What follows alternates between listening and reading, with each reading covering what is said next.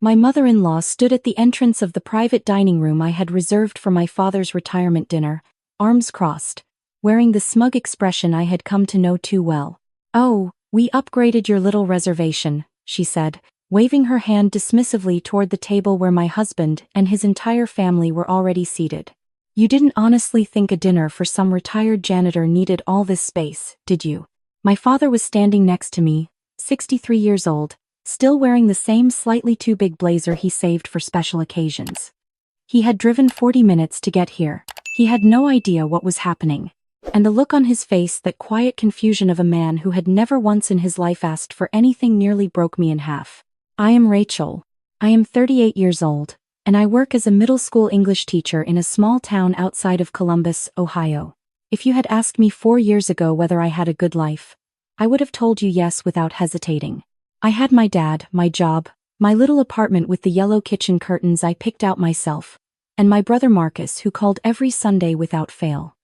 I did not have everything, but I had what mattered. My mother left when I was 11 years old. I do not say that to be dramatic.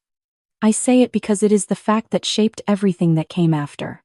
She did not leave because my father was cruel or absent or broken. She left because she had fallen in love with someone else and decided her happiness was more important than the family she had built. She packed a suitcase on a Tuesday afternoon while my father was at work and my brother and I were at school, and she was simply gone when we got home. There was a note on the kitchen counter. My father read it, folded it carefully, put it in his shirt pocket, and then made us grilled cheese sandwiches for dinner. He never cried in front of us. Not once. He worked as a facilities manager at the county hospital for 31 years. He coached my brother's little league team. He came to every single school play I was ever in, even the ones where I had 2 lines and stood in the back. When I got into college, he drove me there himself and helped me carry boxes up 3 flights of stairs. And when he hugged me goodbye in the parking lot, he whispered that he was the proudest man alive. He meant it. So when my father announced his retirement last spring, I knew immediately that I wanted to do something meaningful to celebrate him. Not a backyard cookout. Not pizza and a grocery store cake. Something real, something that said, "You spent 31 years taking care of everyone else, and tonight, someone is taking care of you." My brother Marcus had been a member of Whitfield Club for several years. It is a beautiful old property on the edge of the city, dark wood paneling, white tablecloths, the kind of place where the lighting makes everyone look like they belong in a painting. Marcus knew the events coordinator personally and helped me secure the Maple Room, a private dining space that seats up to 20 people. I paid the deposit myself. I planned the menu myself. I wrote the guest list myself. I chose Dad's favorite foods, the roast beef he always ordered on birthdays, the bread pudding with whiskey sauce he talked about for weeks after we had it once at a wedding. I spent 3 weeks putting it together. I want to be honest about something, because some of you might wonder why I did not see what was coming. The truth is, I had seen things clearly for a long time. I had just convinced myself that clarity was not enough reason to act. I married my husband Daniel 2 years before my father's retirement. He was charming in the way that certain men are charming before they have what they want. He laughed at my jokes. He told my father he was grateful to know a man of such integrity. He said all the right things at all the right moments, and I was tired of being alone. And I told myself that was not the reason I said yes, but I think it probably was, at least partly. We moved into his parents' home 3 months after the wedding. His suggestion, he framed it as practical. His father had bad knees, his mother needed help around the house, and the rent we would save could go toward buying our own place eventually. I hesitated. My father had just been given a clean bill of health after a health scare, and leaving town felt difficult, but Dad encouraged me. "Go live your life," he said. "I'm not going anywhere." What I did not understand, not fully, was the difference between visiting a house and living in one. Daniel's mother, Margaret, had a particular talent for reframing cruelty as common sense. When she handed me a list of weekly chores on my 3rd day in the house floors, laundry, cooking, grocery shopping, bathrooms, she presented it with the serene confidence of someone describing the weather. "This is just how things work in a household," she said. "Everyone contributes." What she did not say, and what became apparent very quickly, was that everyone meant me. Daniel worked. His father watched television. Margaret organized her social calendar and attended her book club and occasionally pointed at things that needed cleaning. I worked too. I was a full-time teacher. I graded papers in the evenings while a load of Margaret's laundry sat in the dryer waiting for me to fold it. I planned lessons on Saturday mornings while defrosting chicken for a family dinner that Margaret would take credit for when her friends asked what they were having. I stopped mentioning that I was tired because the first time I said it, Daniel looked at me with such genuine incomprehension that I felt embarrassed for having spoken. "My mom runs this whole house," he said. "You're just helping. That's what wives do." There was a period of time, longer than I would like to admit, where I believed I was the problem. That my expectations were unreasonable. That women before me had managed harder circumstances without complaint. Margaret was very skilled at reinforcing this belief. She made small, precise comments about the way I had been raised. A home without a mother, she implied, was a home without proper standards. "It's not your fault," she would say. Which is one of the most effective ways to tell someone it absolutely is their fault. "You just weren't taught." My father-in-law Frank said almost nothing. He was not mean. He was simply not present in any way that mattered, drifting through rooms with his coffee cup, watching the news, leaving space for Margaret to fill with whatever she chose. Daniel followed her lead entirely. When I tried to talk to him privately about how I was feeling, he would listen with the expression of someone waiting for a noise to stop. And then he would tell me I was being sensitive, or that I was making things harder than they needed to be. I thought about leaving many times. I want you to know that. I was not passive out of ignorance. I was afraid.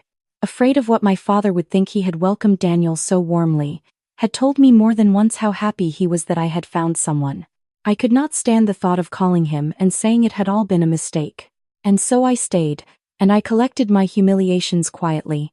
And I kept planning my father's retirement party in the Notes app on my phone like a secret I was keeping from the version of myself that had given up. The party was a Saturday in October. I told Daniel and his parents 2 weeks in advance that I had a family commitment and would be gone for the afternoon and evening. I said it was my father's retirement dinner. I did not tell them where, and I did not invite them, and I told myself that was simply because I did not want the evening complicated by their presence. I should have known that information, in that house, had a way of getting out.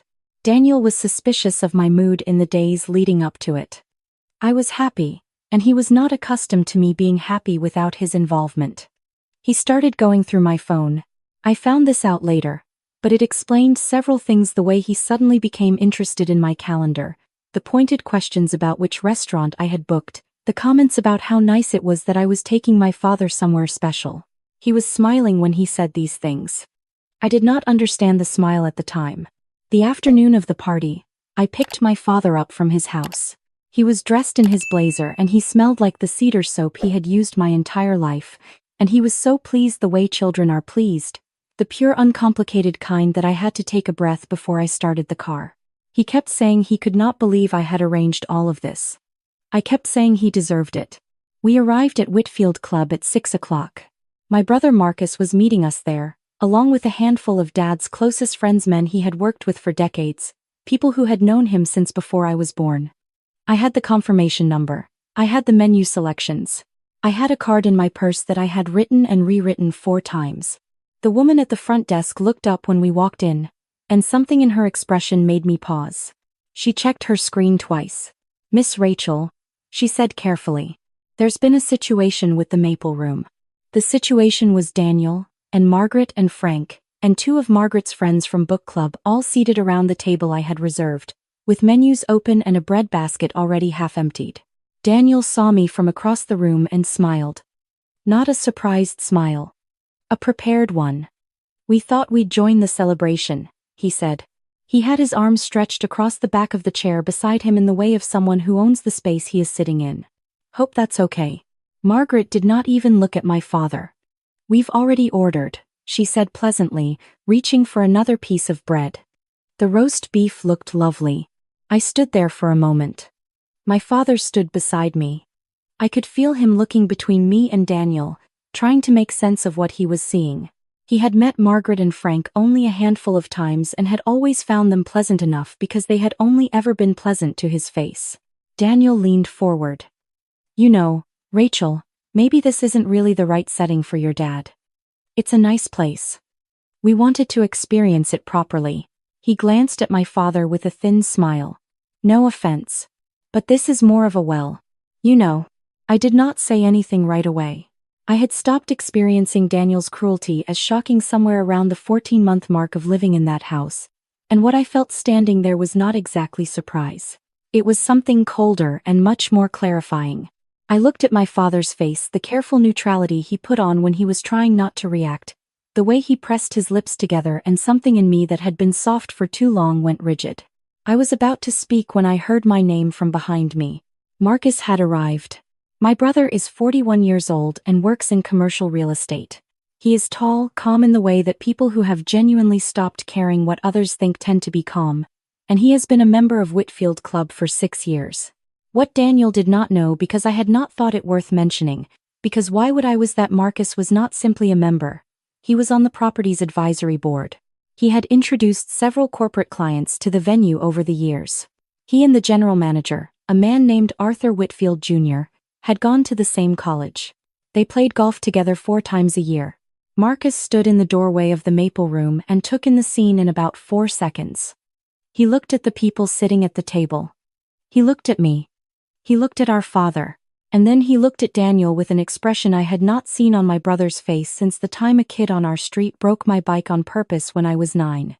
"Daniel," he said, walking in slowly. "I don't think we've met properly. I'm Rachel's brother. This is my club." Daniel blinked. I'm sorry?" "My club," Marcus repeated, with great patience. "Rachel reserved this room through my membership. Those are her guests at that table. I'm curious what made you think it was appropriate to sit down." Margaret began to say something about family being welcome at family events, and Marcus turned to her with a polite attentiveness that somehow made her stop mid-sentence. "I don't believe Rachel invited you," he said. "Correct me if I'm wrong." Arthur Whitfield himself appeared in the doorway at that point, having been alerted by the front desk.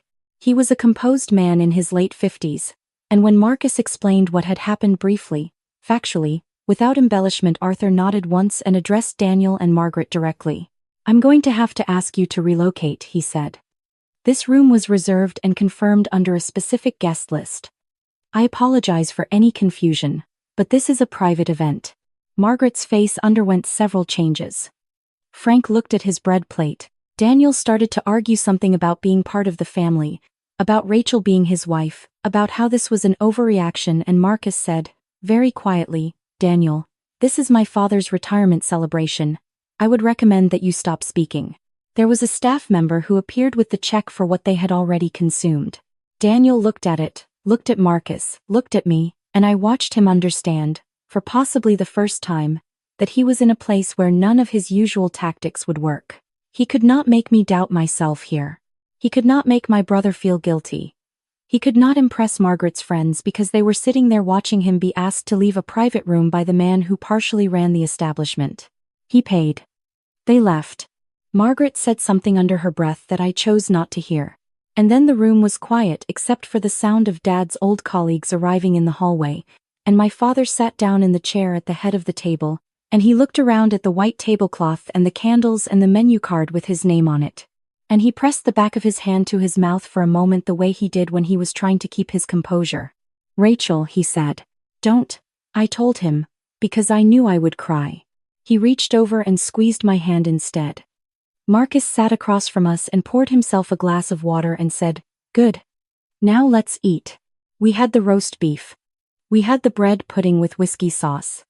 Marcus gave a toast that made 2 of Dad's oldest friends cry, which made Dad pretend to be annoyed, which made everyone laugh. It was the best evening I could have asked for, and I was present for every minute of it, which was something I had not been able to say about much in my life for the past 2 years.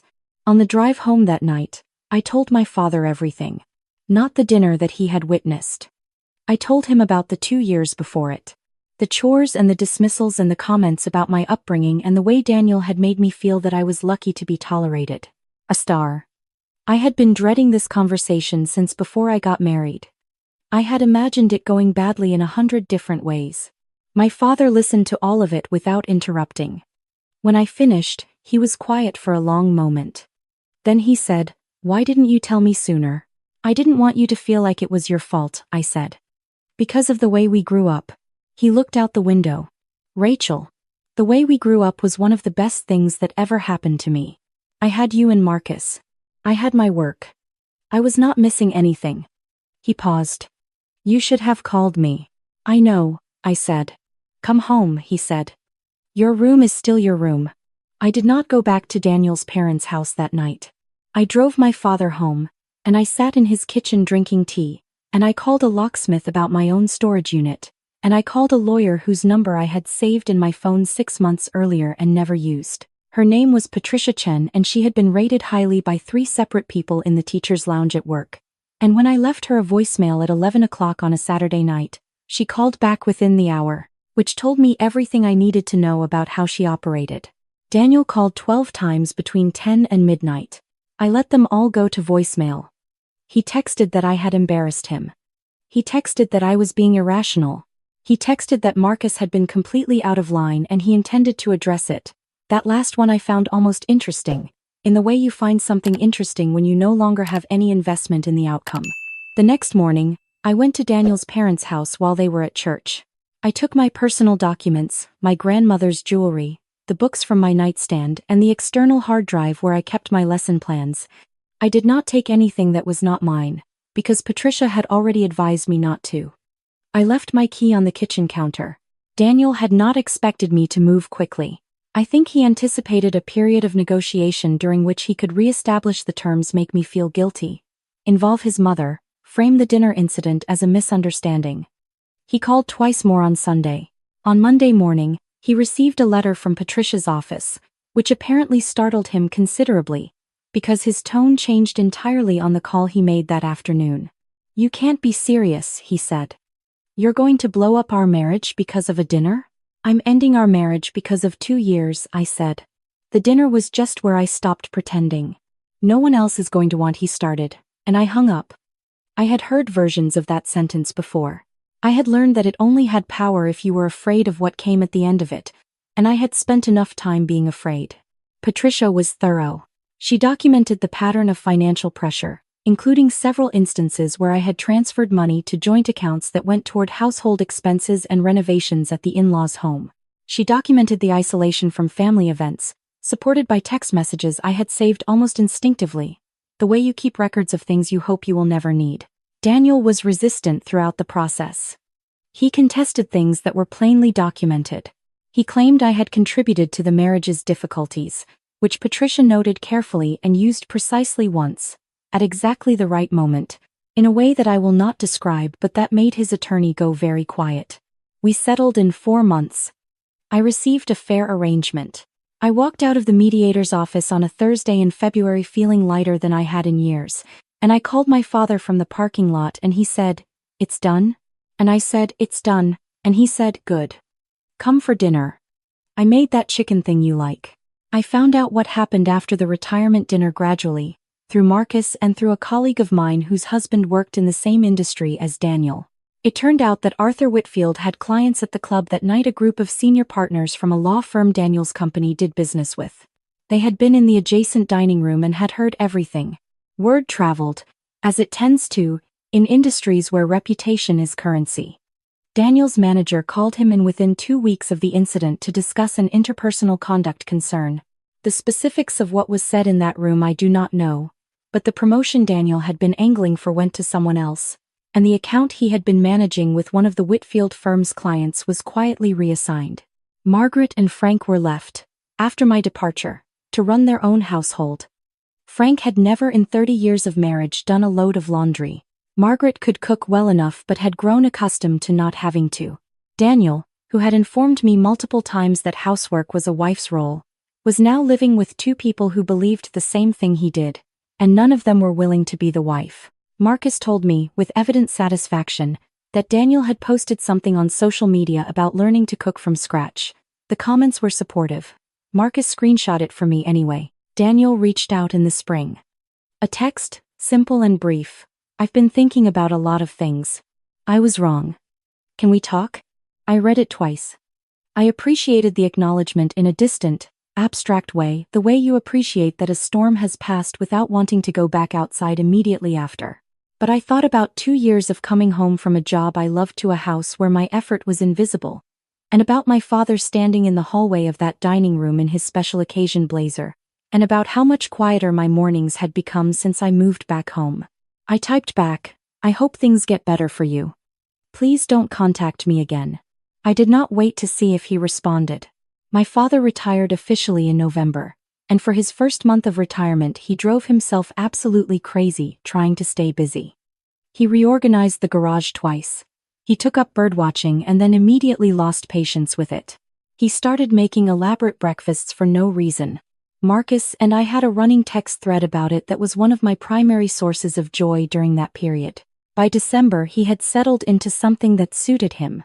He volunteered twice a week at a community center 2 miles from his house, helping with after-school programs. He had coffee every Thursday morning with a group of men he had known since his 20s. He was genuinely and visibly happy, not the careful, quiet happiness he had practiced for my brother and me all those years when he was holding everything together alone, but something more open, something that had room in it. I had moved back into my old room, which Dad had kept in a state of such unaltered preservation that walking in felt like time travel. I updated it incrementally, a new lamp, a different bedspread, but kept the bookshelf exactly as it was, because there is something grounding about a bookshelf that has known you since you were young. I was not thinking about relationships. I want to be honest about this because I think there is sometimes pressure, in stories like mine, to arrive at a new love interest like a reward for having endured the old one. What I was thinking about was my classroom, and my students, and a novel unit I had been wanting to redesign for 2 years. I was thinking about how much better sleep tastes when you are not dreading the next morning. I was thinking about small things: good coffee, a new running route, a podcast about architecture that I had no professional reason to enjoy but found inexplicably comforting. Marcus's wife had their baby in January. A girl, 7 pounds 4 ounces, with a head of dark hair and a very serious expression that Marcus said looked like our grandmother. I drove to the hospital the afternoon she was born and held her for 45 minutes while Marcus pretended not to cry and his wife pretended not to notice him pretending. My father held her last, standing by the window in the afternoon light, and I took a photograph of the two of them that I have printed and framed on my bookshelf between the things from before. I am telling you this because I want you to understand what came back when I stopped negotiating with people who did not value me. Not just peace, though, yes, that too, profoundly, but the specific texture of my own life. The things I had let blur in the effort to keep someone else comfortable became visible again. My friendships, which I had let thin almost to nothing in the name of keeping weekends free for family obligations that were never my family. My instincts, which I had spent 2 years second-guessing into silence. My own opinion of myself, which had taken more damage than I had been willing to count. I am writing this down because I spent a long time wondering if I had let it go on too long. If I should have left sooner, made different choices, seen things more clearly from the beginning. Maybe. Probably. But I have stopped being as interested in the road I did not take as I once was. I took the road I took, and I stood in that dining room, and I did not cry in front of Margaret, and I drove my father home and told him the truth at last. And now I live 2 rooms away from the man who made me grilled cheese sandwiches. The night everything fell apart and never once suggested it was my fault that it had. If you are reading this and something in it sounds familiar, the dismissals, the gradual shrinking, the way you stop mentioning that you are tired because it is easier than explaining for the 100th time why you should matter, I want you to know something. Not as advice, because I am not in a position to tell you what your life requires. But as a fact, which is this: the story you are telling yourself about why you cannot leave is almost certainly older than the person who is making you tell it. And facts that old can be retired. My father would tell you that retirement, done right, is not an ending. It is what happens when you finally stop spending your best hours on things that were never yours to carry. He would know.